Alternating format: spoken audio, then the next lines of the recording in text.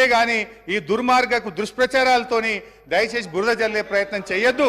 This is my sincere and honest appeal to the government. Thank you.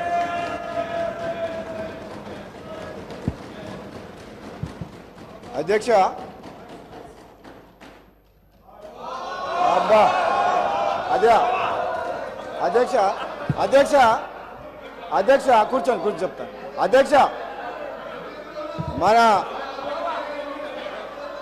Harish Rao గారికి గంట సమయం ఇచ్చినా కానీ హరీష్ రావు గారికి గంట సమయం ఇచ్చినా కానీ సమయం సరిపోలేదని అంటున్నారు. అధ్యక్ష కూర్చో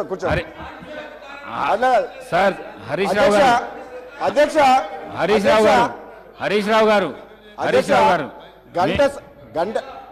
రావు గారికి గంట సమయం ఇచ్చినా ఆయన తృప్తిగా లేరు అధ్యక్ష. ఎందుకంటే వాళ్లకు మన ఊళ్ళలో ఏమంటారు అధ్యక్ష, మేనమామ సాలు వచ్చిందంట అధ్యక్ష. అంటే ఆయనకు మాటలు చెప్పడంలా, అబద్ధాలను నిజం మాట్లాడలా.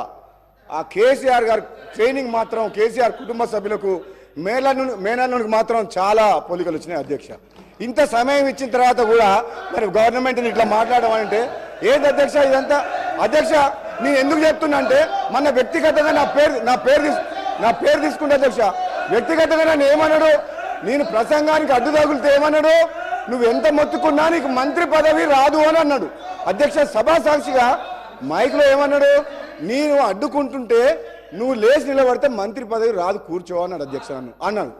నేనేమంటున్నా, నువ్వెన్నేళ్ళు కష్టపడ్డ తర్వాతే కష్టపడ్డ హరీష్ రావు గారు కేసీఆర్ తర్వాత కేటీఆర్ అవుతారు, కానీ నీకు మోసం జరుగుతుంది, కానీ వాళ్ళు ఏం చేయరు నీకు. నువ్వు మాత్రం ఎంత కష్టపడ్డా నిన్ను వాళ్ళు నీకు తండ్రి కొడుకులు వాడుకుంటారు తప్పితే నీకు అక్కడ న్యాయం జరగదు. అధ్యక్ష ఒక్క నిమిషం అధ్యక్ష నాకు కంప్లీట్ అయిపోతుంది ఒక్క నిమిషం.